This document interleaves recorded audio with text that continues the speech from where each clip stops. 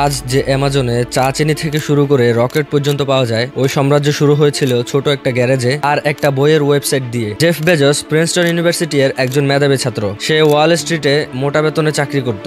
একদিন সে হিসাব করে দেখলো ইন্টারনেট বছরে 300%-এরও বেশি গ্রো করতেছে এবং সে চিন্তা করলো ভবিষ্যতে ইন্টারনেটের ব্যবসা অনেক বেশি গ্রো করবে। তারপর সে চাকরি ছেড়ে দিয়ে বউকে নিয়ে চলে আসে সিয়াটেলে। সেখানে একটা গ্যারেজ ভাড়া করে বানালো Amazon.com এবং বিক্রি শুরু করলো শুধু বই। লোকেরা বলতো, এত ভালো চাকরি ছেড়ে দিয়ে এইসবে কিচ্ছু হবে না, তুই দেউলিয়া হবি। বেজোস বলতো, I am not in it for short term money, I am building the future. তারপর ধীরে ধীরে বুকস থেকে এভরিথিং, আস্তে আস্তে logistics empire, AI, cloud server. এখন অ্যামাজন শুধু ই কমার্স না, ক্লাউড, মিডিয়া, স্পেস, ল্যান্ড সবখানে বেজোসের হাত। বেজোস বলেছিল, if you don't want to be criticised, don't do anything new. So ভাই, গ্যারেজ থেকে যাত্রা শুরু হলেও যদি ভীষণ বড় হয়, তাহলে সেই গ্যারেজে একদিন পৃথিবীর হেডকোয়ার্টার হয়ে যায়। পরবর্তী ভিডিও কাকে নিয়ে চান সেটা আমাকে জানান, আমি ভিডিও বানানোর চেষ্টা করব।